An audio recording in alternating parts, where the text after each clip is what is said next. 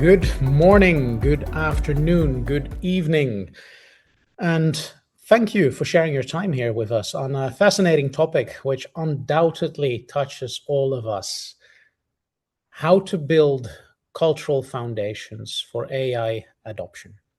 How do we go about this? Now, in today's webinar, myself, Egbert Schram, together with Elena Barla and Christopher Organ, will explore this question from multiple angles: leadership, management, processes, structure. What do all of these have in common when we talk about, is our organization ready for implementing AI, and to which extent implementing AI? In today's discussion, we're going to start with a bit of an overview of where are we in the world of culture and AI. Then we're going to have our fireside chat with Elena and Chris, after which we're going to open up the floor for Q&A. So in give or take 45 minutes from now, there will be plenty of space to ask your questions. If you cannot wait for that long, please do feel free to drop your questions and your comments in the chat. Our team on the background will try their best to answer questions as we go along, or potentially tell you, hang in there, they know we're going to talk about it. So without further ado, let's talk a little bit more about the core question of today. A question that touches a lot of these type of organizations that are industry agnostic, because AI touches every single industry. But every single industry has particular contextual restrictions that they need to take into account when they talk about implementing a technology potentially as radical as AI. Whether you work in banking, in fast mover consumer goods, in insurance, in engineering, for sure AI will impact every single industry. But because of the industrial specific contexts, how we go about implementing AI will change. And that's something that we're going to open up about a little bit more today. Now, why does AI succeed in some organizations and fails in many, many others? Later today, I'm going to show you a little graph from a Microsoft 2026 research that showcases that actually the prime driver for failure of organizational AI adaptation is culture. And we're going to explore which particular type of culture. So from our point of view, the biggest barrier to AI adaptation isn't actually technology. It is also not people. I'm pretty sure all of you here today have started using AI, and whether that is Claude or Gemini or Copilot, individually, we're all happily tinkering down that road of innovation, trying XYZ, building our vibe-coded applications.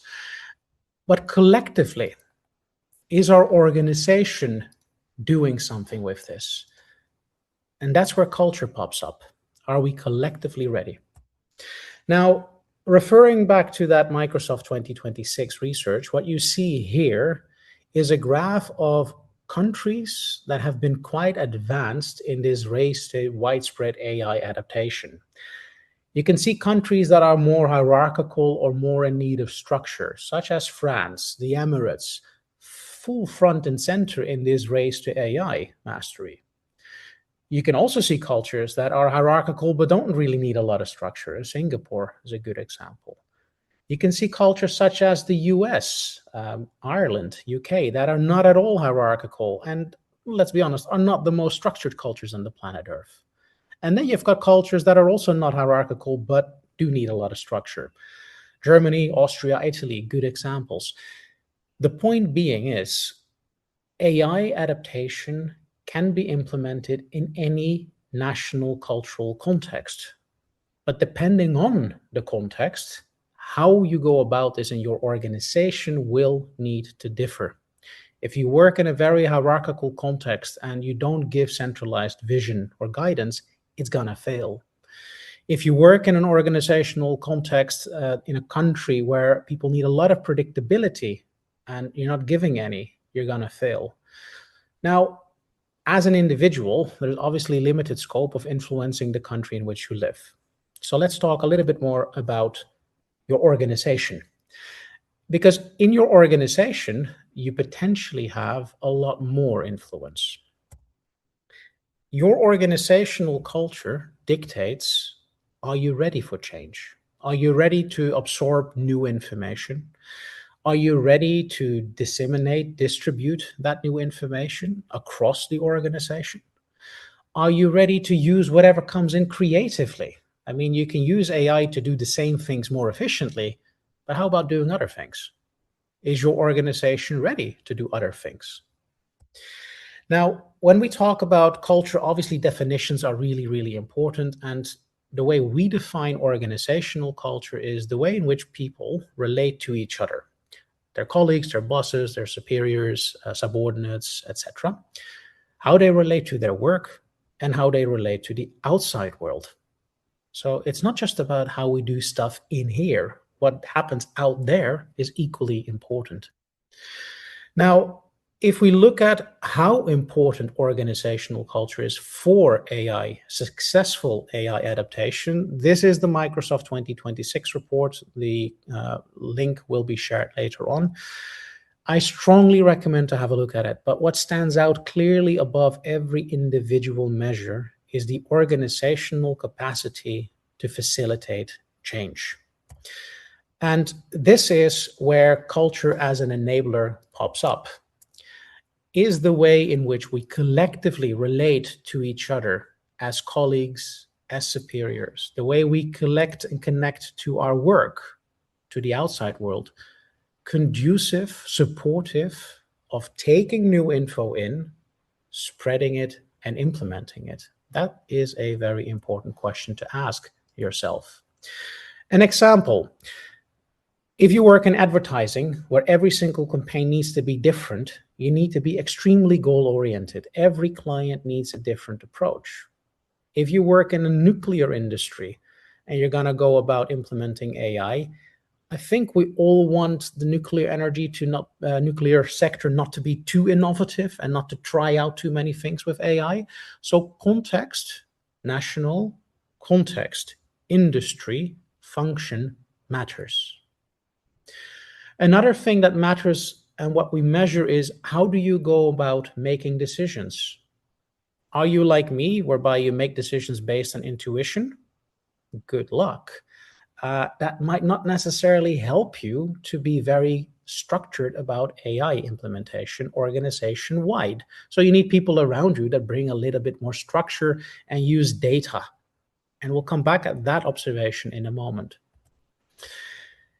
It all starts with understanding, in our organization, are we collectively ready? And if we're not collectively ready, are there parts inside the organization that might be more ready, where we can start piloting?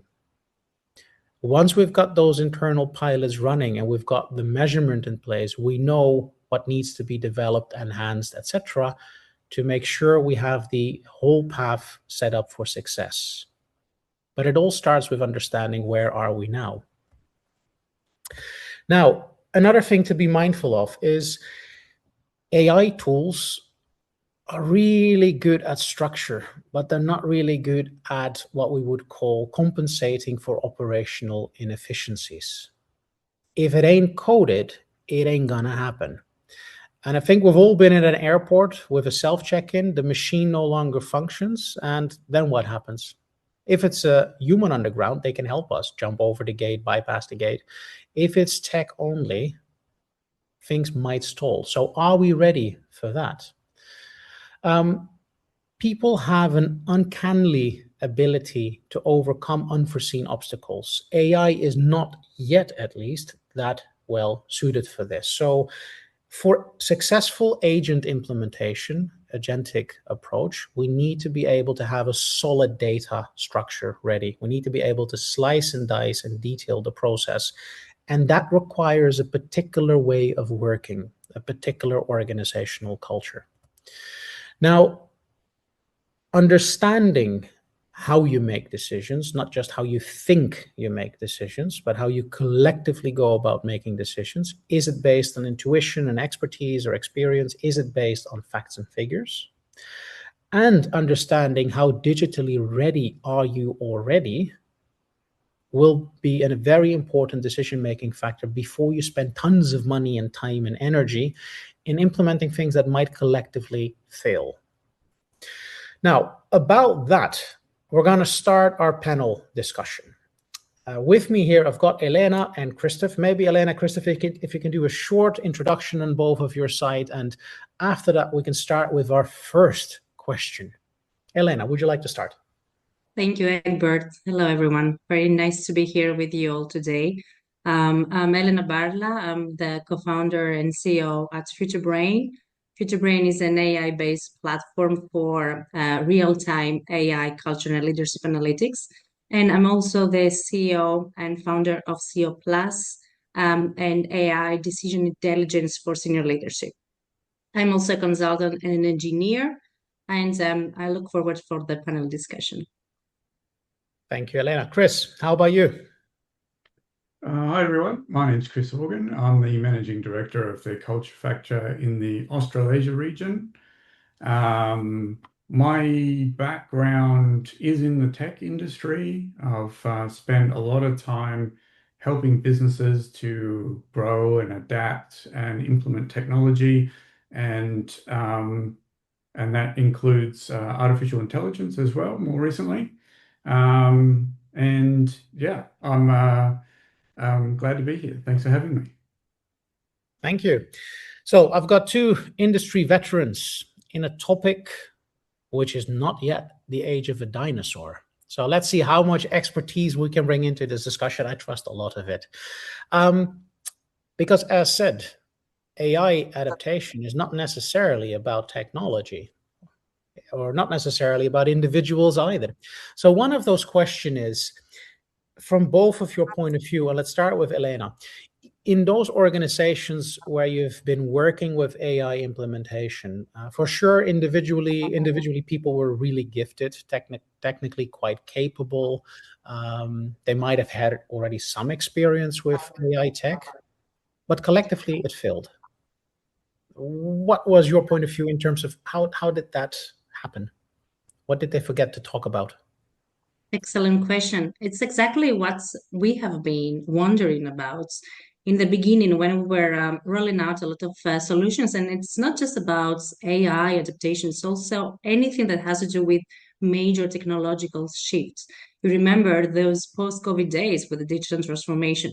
And especially now, it's magnified and it's really increasing in terms of, as you said before, Egbert, there are individual capabilities to adopt AI, but on organizational level, it fails. And it fails more than it was failing before with digital transformation.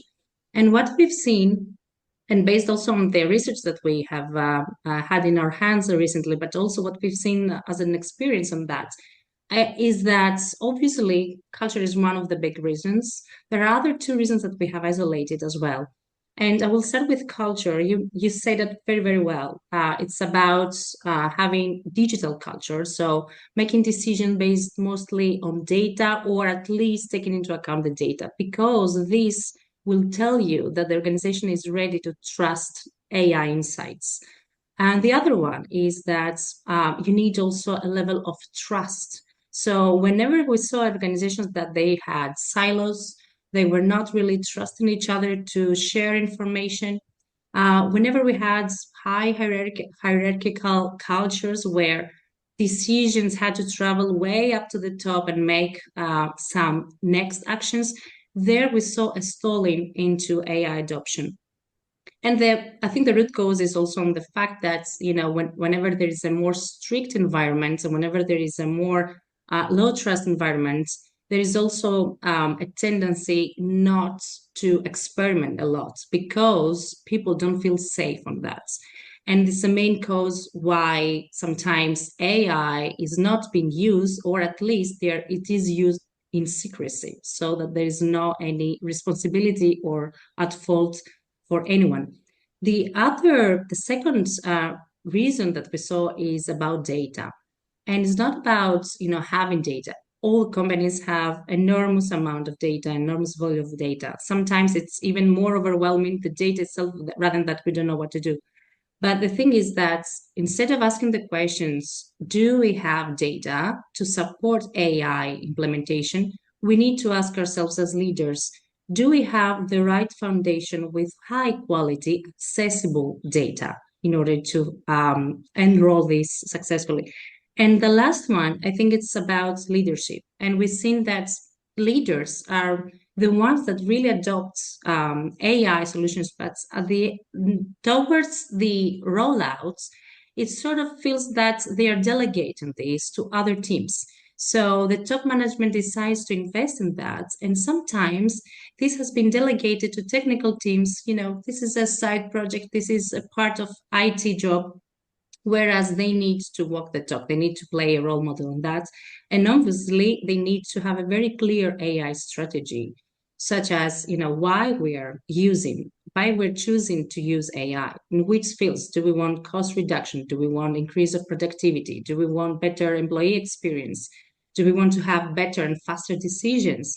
These need to be also put into a place where there are some ground rules as well, like who is the AI champion there? Who is training us? Who needs to be delegated these problems when they arise, and so on. So this is in a nutshell what we believe are the root causes. But as we move on into the next era, a lot of other interesting things are coming up, and we will discuss that as well. Thank you. Yeah, definitely. We're going to get back at that leadership question, which I think by now we've established already is a really important precursor to will it succeed or not. Chris, from your experience in living in a more individualistic, less hierarchical, less in need of structure and predictability culture like Australia, why don't we just try things out and see what happens? Well, what's your experience? Well, look, I guess the economic climate in Australia is relatively soft, let's put it that way, and no one wants to be stepping on landmines these days, and that includes management. So I think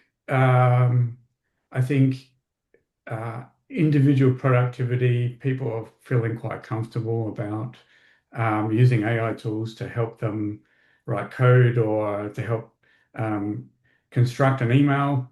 But I guess when it comes to impacting the enterprise, I think people are a little bit more shy at the moment. Plus, there's the other element of trusting big tech, data sovereignty. There's a lot of landmines out there, I guess, that organizations are navigating right now. And that's not always clear to individuals. So I guess front page news is bad news for anyone. But I think also a lack of structure and guardrails and safety can, I guess, put a little bit of a wet blanket over people's innovation. So, in saying that, I guess as well as individuals, you may be highly successful at using AI for your individual productivity, but to achieve a material impact on the business as a whole, you need people, you need friends in the organization, you need collaboration in the organization, access to systems, data, requirements, understanding processes, and all of these things cut right across the enterprise. So if an organization is working in silos and holding on to information, that's naturally going to put the wet blanket on innovation. But I think one of the, I guess, the big ones is purpose. I don't know if anyone remembers the old CRM days where everyone wanted a CRM but didn't know what they wanted it for. I think maybe the CEO read that people were successful with CRM in the Qantas magazine at the airport, and then went to the organization and said, I want it. But I guess if there's no clear problem to solve, it's going to make it very difficult for an organization to target their energy. So, Yeah. and as well, I guess the other perspective is some of the other, I guess, shifts as a result of improvements in technology have come top down. So the IT team or the executive team have got access to a vendor with a shiny new ERP system or something like that. Whereas I guess the really interesting strategy right now is that OpenAI and Google, etc., have put these very, very powerful tools in the hands of individuals. And I guess that's causing some anxiety in the organization. That may be putting the brakes on innovation as well. Yeah. I remember, if I reflect on my personal journey in this direction, that in the beginning, yes, it was definitely useful to better understand summarized texts and to maybe adjust tonality of email. But one of the kind of breakthrough moments was at an organizational level when we started realizing is that, hey, we assess a lot of people. That's a lot of behavioral patterns that we see. We coach a lot of people in terms of cultural competency and awareness, but that is really time intensive and it's expensive because executive coaching isn't for everybody. So we wanted to democratize this approach, that understand your own value programming and based on that, get a better guidance in terms of how to adjust for meeting that next stakeholder, etc., which you could then do at any point, at any time, anywhere, because it's no longer people dependent. And that for me then realized, okay, as an executive coach, this is actually super interesting because you can help a lot more people. So we shifted that discussion away from individual productivity to simply being able to serve more people with the value that we can add. Now, Chris, you have a long history in business process structuring. How do you see the relevance of that field to this discussion, to tilt it from the individual to the collective?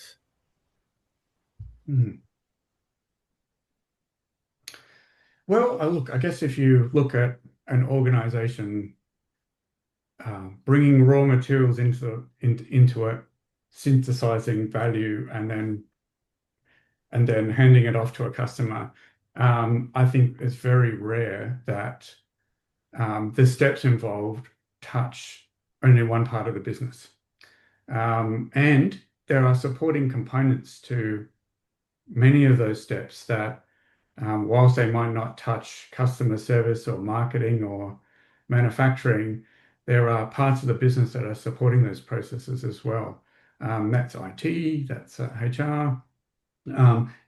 Everyone ends up being involved with some of these big value chains and the processes that support them. So in order to innovate, in order to automate, to look for, I guess, where the important parts of that business process need to remain human, and where AI may be not a target, and then where other maybe less impactful on the customer steps that prime target for innovation can be attacked by the organization as a whole and can drive out waste, drive out cost, create a better customer experience as a result of that. So, yeah. And I think like one thing to jump on that, I think that is what Lena, what you brought up is that in cultures that are more hierarchical and more highly uncertainty avoidant, research has shown that psychological safety is lower. And Exactly. to Chris's point, in terms of if you want to change your business process architecture, you need psychological safety to be able to look upon it from many different angles. Now, you live in a country like Greece, and maybe I could also ask the audience to type where are you listening in from. A culture like Greece is very hierarchical and very highly uncertainty avoidant.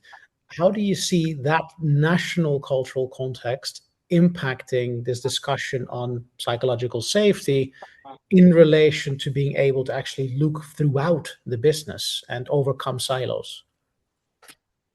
Very, very interesting question. And I think it's what really diversifies the speed of adoption. We touched upon the psychological safety, and especially in countries like Greece with high uncertainty aversion, that is something that really inhibits the use of AI. And what we've seen so far is that whenever there is a discussion about AI, especially the last couple of years, there was also a fear of the privacy and the good use of AI. Nowadays, we saw that there is a shift globally, and also, of course, it is there is also the case in Greece as well, and the other countries. We see that there is a milder approach towards AI use, not in terms of they're not anymore concerned about the good use of AI, but now they understand that this is not a very different risky beast that we are going to incorporate into our country or our company. It is about making us work better, decide better, and become more competitive out there. And if I don't adopt as a company AI, and my competitor does, I will have a huge disadvantage.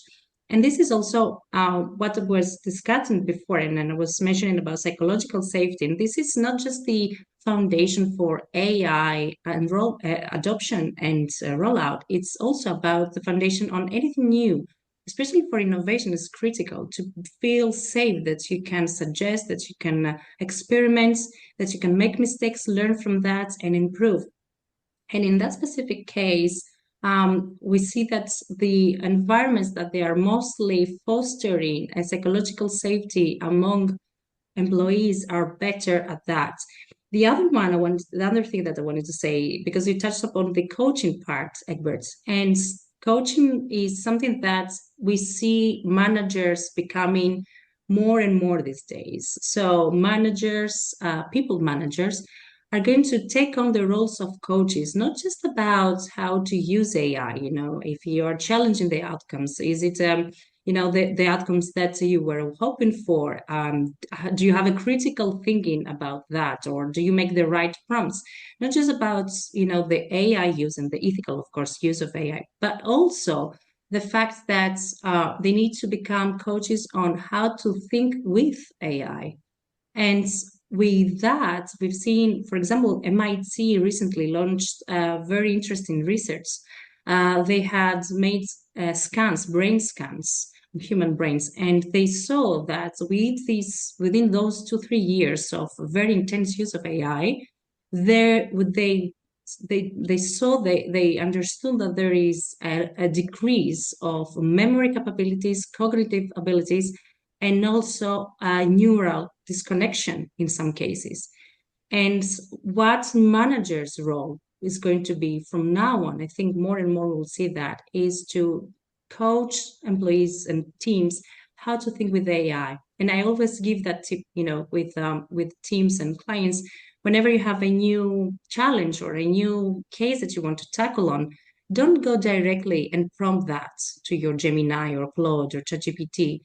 Wait a little bit, 5 minutes, 10 minutes, half an hour if you have it. Think about it, jot down whatever that you think that it should be the direction, and wrap it with the right prompt. And I promise you, the results will be much better than just having generic advice from machines. And that will definitely preserve the cognitive ability for everyone. Yeah. Jumping on that, comes to mind that if you think about all of the tech that we have in use nowadays, and that illusion of being able to work 4 hours per week, and tech has not set us free. Tech has actually enslaved us to work more than ever before. To the point, Elena, you raised the impact on the managerial role. Now, for both of you, let's reflect a little bit on leadership versus management. Now, Elena, you just mentioned one of those potential managerial expectation settings is to become more like a coach. Let's talk about the word coach, because from a cross-cultural point of view, is a coach somebody that asks you, what do you think? What do you envision? Or is a coach more like a mentor telling you, try this, try that? How do both of you relate to this particular question? Should management become more parental, more guiding, less laissez-faire, or more laissez-faire? It's somewhere between those two. So coaching and mentoring, the best use of both. So by that I mean that definitely there is a part where managers should be able to pass on the knowledge, or at least make employees be more willing to learn, and of course offer those learning possibilities to their employees in order to prompt better, in order to have better critical thinking and abilities to judge whatever that's in front of their eyes. So in this kind of coaching, this is what I was referring to. And also on the part where the mentorship takes place is about, try to think with AI, not just use AI. And what I saw is that, especially multiple times, is that the more you use AI, without really judging the outcomes, the more you absorb that specific style of answers, and the more people tend to sound the same. I'm sure that everybody has noticed that, on LinkedIn, for example, everybody sounds the same. There are just very few voices that are really original, right? And they Yeah. also start with, here's what I think, that's very typical. So I Because, because so this is something that is going to happen, and it's already happening within organizations. You can definitely understand. And it's not a bad thing to use AI to improve your already thoughts, right? This is what I was saying before. Write down your thoughts and then improve it through AI. But don't make AI think for you. In the long run, we will all have a medium intelligence in terms that we will all sound the same, will not be that creative, and at the end of the day, organizations will lose on that. And the yeah. other one is not about the managerial part, but also the leadership part. Leadership should play a critical role on that. It's not just about, generic direction and AI strategy, but leaders should also combine values and ambition on where we need to go as a company with AI. And I think that those two are really, really important in that specific case.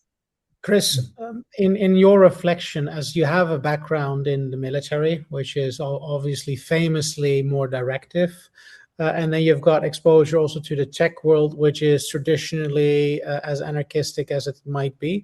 Do you see a difference in how these two different type of industrial backgrounds relate to this question of leadership, management, coaching, mentoring, or is it the same everywhere? Yeah, well,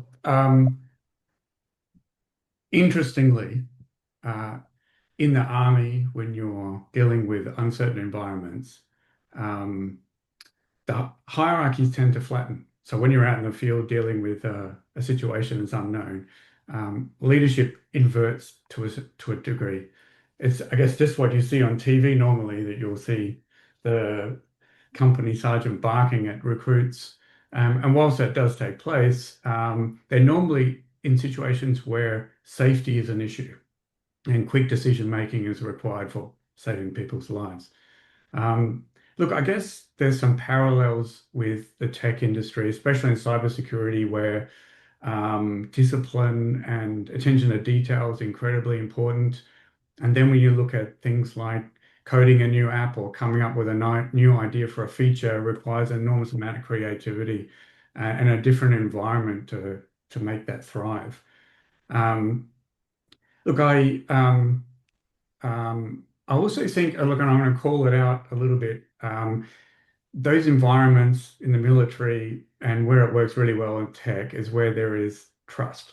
And I'm going to call it out a little bit with the AI at the moment. In businesses, there's probably a little bit of a trust issue at the moment. So I'm talking on behalf of probably a lot of Australians who are being encouraged to use AI and to adopt it. But if I hand over all of my knowledge about the way that I'm working, is the organization going to look after me?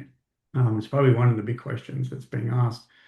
And then to add to that, you have juniors coming in who are AI natives that maybe they've been with the company for 2 weeks and can match or exceed the output of veteran staff when it comes to certain tasks. That's got to be disruptive. And when the value then of knowing the ropes and being a veteran decreases as a result, that can create some disruption. So if hand coding in the tech industry is reducing in value, you could probably say you need to balance that out with, increasing the value of things that are also addressing the needs of some of your existing staff, such as critical thinking and good judgment and structured decision making. And at the same time, celebrating, I guess, technology and what these new skills can bring to the organization. So I guess that creates a bit of a management dilemma. How do you make that happen? If as a manager you're feeling uncomfortable and you're trying to control every prompt, things are not going to move very efficiently. So how do you make that happen? How do you put in the right governance so you can unleash the individual but they can do it with safety and confidence. Yeah. So I'll use a term I've coined before, which is we need to apply a little bit of collective box breathing. We need to inhale, reflect, exhale, reflect, and then move, as opposed to maybe constantly pushing for the ultimate all the time, everywhere, 24/7. Now, a final question before we slowly wrap it up on our fireside chat and then open the floor for the audience for questions. So also to the audience, thank you for sharing. We see that we have people from across the globe present, which is wonderful. Also do think about questions, etc., that you would potentially have for us here, and we'll come back on those questions towards the end of our session. As a final question to Elena and to Chris. Now, we're talking about people becoming more capable of using AI, organizations becoming more capable of AI. And as such, managers may be, instead of managing a team of 10 individuals, managing 2 individuals and 8 agents. How do you see that playing out? And what are your expectations on what that might do to the team culture or organizational culture, whereby you no longer can have a bit of banter at the office or go for a beer after work in case you drink, or go play paddle or whatnot with your colleagues, because they're agents. They're not alive. Chris, let's start with your reflection on this question. Okay, I'm reading recently that the pattern of creating agents within an organization is giving them their own login and their own identity. And so in a way, we're moving towards a blended workforce of humans and machines, which that take the form of agents. And I guess one of the questions that arises from that is, if you're managing humans and machines, how do we ensure that how we do business and how we treat each other and our customers is coded into those agents, just like you would expect from a human?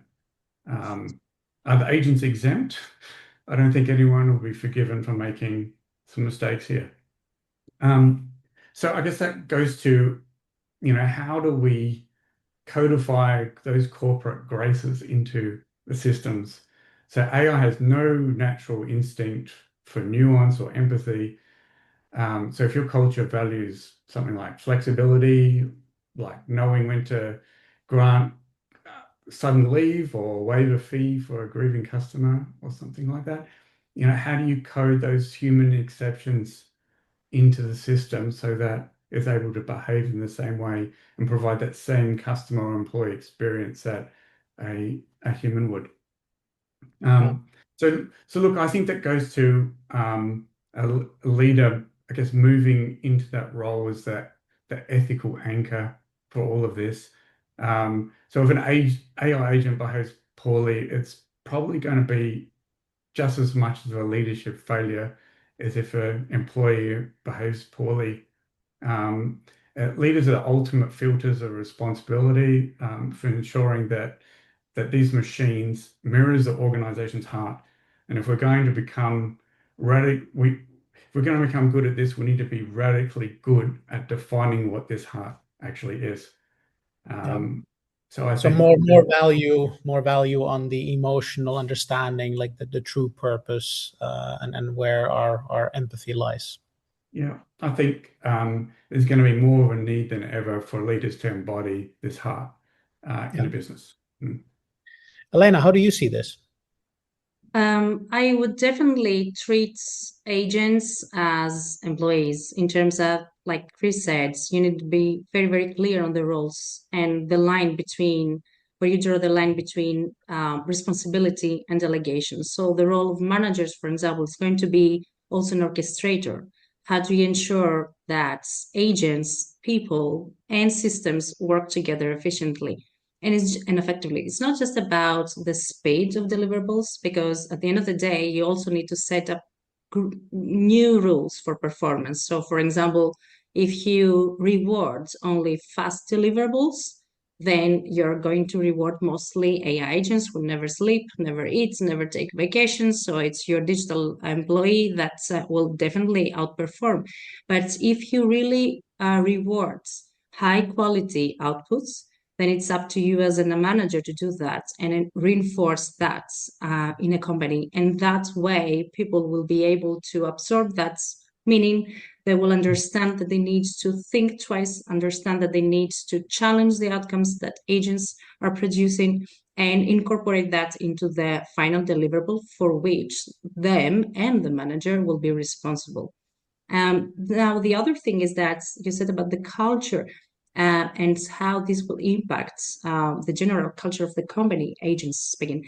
So that is a question that I hear more and more often now in very big also companies. For example, there are big consulting companies that they are already have thousands of digital employees.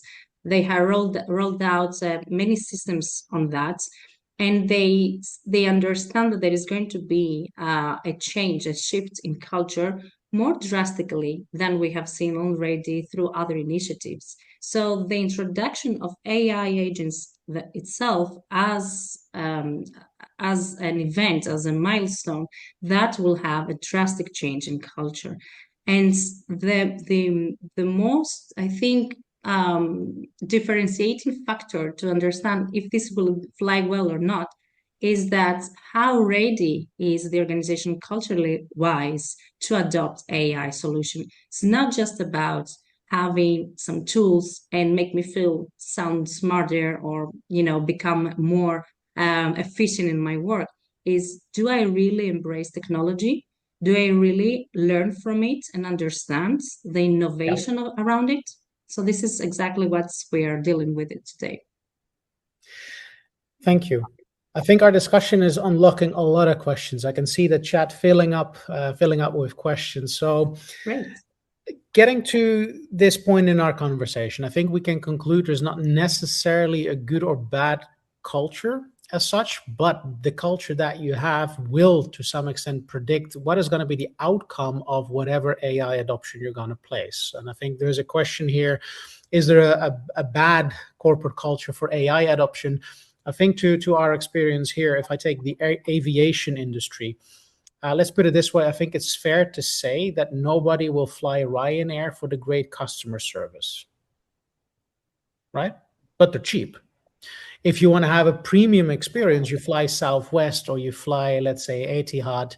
And maybe that could be true also for how AI is implemented inside organizations. If an organization drives AI implementation for the reason of efficiency, maybe the outcome is not going to be superior customer service. How do both of you, Elena and Chris, see this?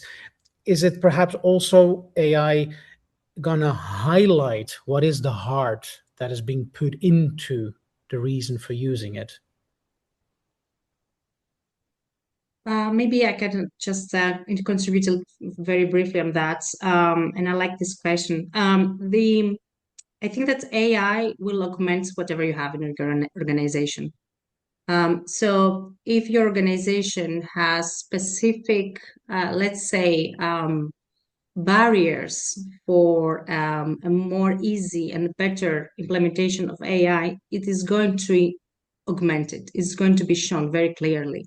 And if it is the other way around, if you are have a digital mindset, you take data-driven decisions, you are more prompt in accepting and create innovation around it. And if you have the general culture that will allow you to have a successful AI implementation, you will only get augmented in terms of capabilities. So I don't think that there is necessarily a bad culture. There is, though, a challenging culture for AI implementation. And it's also a very good opportunity, if you ask me, in that sense, that things that you would want to improve anyway, it is a very good opportunity to do that now, because things will never go back the same as it was a year from now, a year before. So you might as well think about, where you're heading as an organization in the AI era. What are your cultural challenges, and then work on that with the AI as a North Star. Thank you. Chris, how about your view here?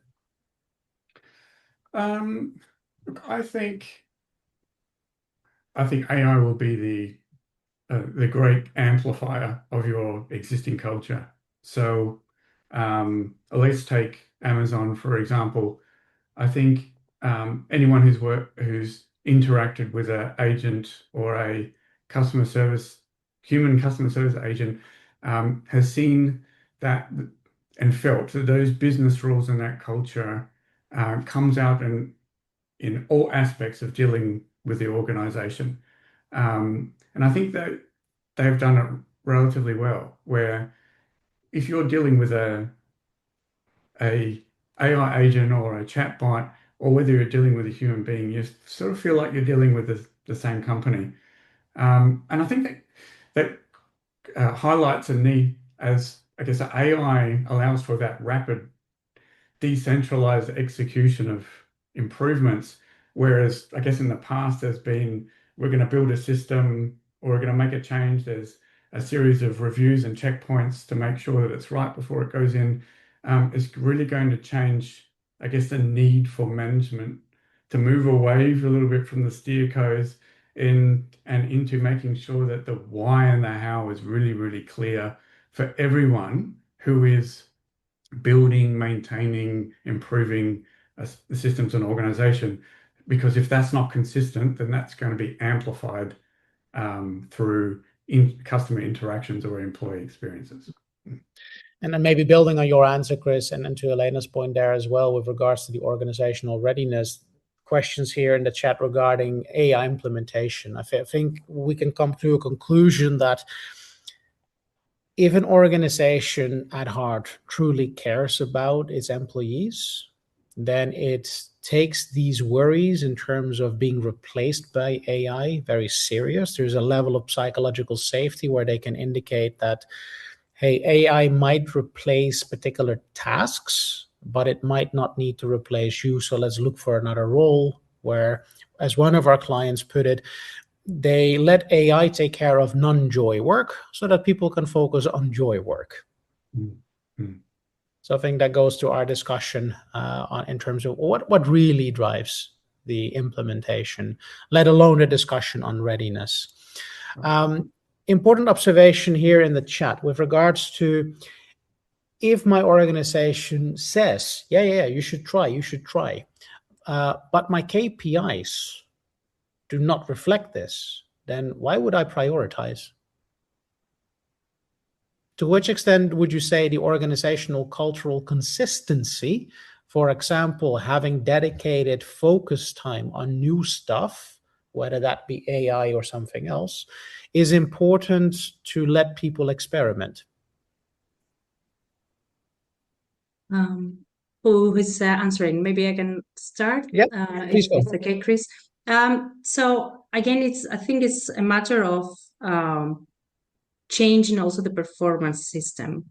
You get as an organization behaviors that you reward.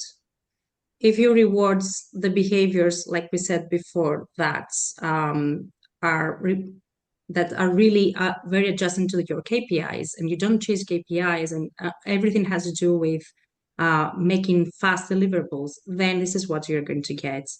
And I think that this is something that, as leaders, we need to step in and make a very sincere, honest discussion, especially board level, to understand exactly what we're trying to achieve through AI. If we want our people, our employees, and of course our customers to feel that we are in the forefront of technology, that we are progressing as a company, that we are transforming our businesses, and we are ready to adapt into the new future, you need to make sure that your KPIs reflect that. If you have anachronistic KPIs, that really was the part of 2 or 3 years ago goal, this is something that you need to step in and change that. And the other one is that, as we said before, with coaching, it's not about the KPIs for the hard deliverables and the hard skills. There should be also KPIs on your soft skills. A lot of companies I see is that they're trying to incorporate that into their performance reviews as well. Soft skills that has to do with experimentation, of innovation, of trying to create and adopt something new. Many tech companies are doing that as well, but also some consulting companies. So at the end of the day, we see that there is a shift on that towards that aspect. And the more the dialogue and the discussion goes on into the boardroom, but also between leaders and employees on that, the better the outcome, because definitely rewarding systems and performance in general should change on that. Chris, do you agree with this? Yeah, look, I'll add to that. Look, I guess if management philosophy, how you treat your employees, how you motivate your employees, what values are most important is not consistent across the organization. You could walk from one department to the next and feel like you're in a different place. And if one department's being rewarded for using AI and another part of the organization is being rewarded for guarding their knowledge and keeping the status quo, then I guess the organization strategy as a whole is going to suffer. But I guess that quickly leads to dysfunction, especially when maybe some parts of the business are being rewarded for stability and keeping things the same and stable, and there's no issues. And then another part of the organization which has been tasked for improvement is being scolded for introducing problems into the business when they're trying to innovate. So I think, I guess it really all boils down to strategy and that management philosophy and ensuring that there's some consistency there when undertaking a strategic initiative like looking at where the opportunities are for AI to make the business better at what it does. And I think that consistency element, maybe to a question in the panel as well, regarding how national culture, for example, impacts that. I guess that for many organizations that deal with multicultural workforce, if predictability is what drives people, then inconsistency kills predictability.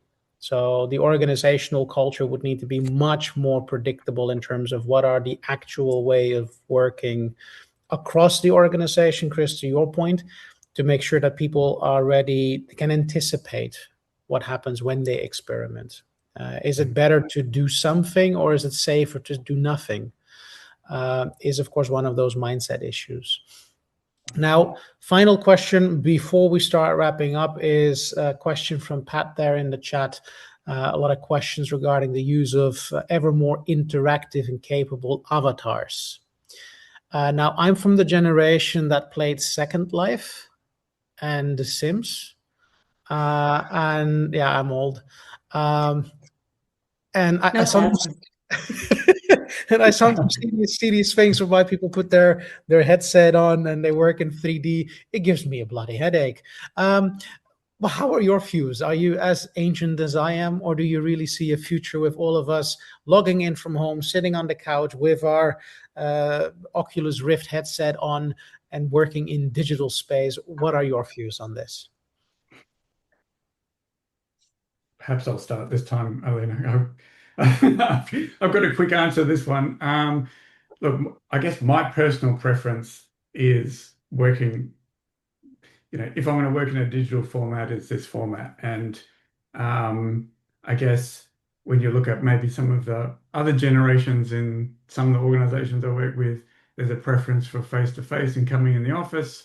And then there's others who don't even want the avatar. They want to remain behind a screen or a chat screen only, and would like to avoid interaction altogether. But look, I think again, it really boils down to strategy. It boils down to what's going to be best for the team as a whole. I guess we've got bunches of individuals who they all have their unique preferences. Is how do you normalize that to get the best possible organizational culture to deliver what the team needs to deliver? And if that's through avatars, then maybe that's the best option. Yeah, fit for purpose. How about you, Elena? Avatars or just plain old face-to-face, whether that is this or around the coffee machine? We don't have a choice, really, doing. If AI agents are going to flood in a good way, hopefully, the workforce, we're going to see more and more avatars on that. And it's not really important if, it's an avatar or it's a deep fake picture of yourself as your clone on that. It's just about if it is an AI agent or it's a real person. And it's going to be more and more difficult to understand and where is the natural ending and where is the artificial starting. Sometimes when we see that in some discussions, we see that especially with banks, there are a lot of avatars and a lot of digital agents calling, for example, potential clients saying about the new products of the bank, and you don't really realize, especially if it is English language, you don't really realize that you're talking to an AI agent. So it's going to be more and more sophisticated in that representation. And I don't necessarily feel that it is a bad thing. It can be risky if there are not um, specific rules behind that and some things that will protect the good use of AI. But at the end of the day, this is all about what AI is all about. It's about improving and advancing the way that you work. And if you know how to work well with agents, this is the way to go, I think. A multiplier, an amplifier, an augmenter, many different perspectives. Thank you, Chris. Thank you, Elena. Maybe for the audience here, just to wrap it up today, I think one of the main takeaways is not are you ready individually, but is the organization in which you work ready? Does it have the required level of psychological safety? Does it have the learning ability, the digital mindset, and the decision-making style that favors collective adaptation of AI? Now, if you, with your team and or your organization, are at the precipice of implementing AI throughout the organization, sign up before June 29th. Reach out to us through info@theculturefactor.com or sales@theculturefactor.com to assess. This is a one-time time-limited offer, as usual in the sales context, to really make sure, are we collectively at that space whereby investing a lot in augmenting, amplifying that what we're currently doing is at that level where we can safely assume we're ready for it before we basically set people up for endless times of frustration. It starts with understanding, are we ready enough? Earlier today, we also spoke a little bit about how do we use culture or AI at theculturefactor.com. If you are interested in this 24/7 personalized coaching in terms of your value preferences and how they impact you personally, also there, reach out to our connect@theculturefactor.com for a free trial to see, hey, this AI agent, does it make me feel understood? Does it offer me actionable insights? Because that is what we stand for here at theculturefactor.com. Unlocking culture, AI is one of the application fields. And what matters for us greatly in our heart is to help people understand and reflect more on what drives me. How does that impact the people that I work with? On that note, thank you all for attending. The recording and the slides in the recording will be shared with you in the coming week. So do stay tuned. Subscribe to the newsletter in case you have not yet. You will find that on our front page. Scroll all the way down. Elena, Chris, once more, thank you. And thank you to everybody else. Thank you. Cheers. Bye-bye.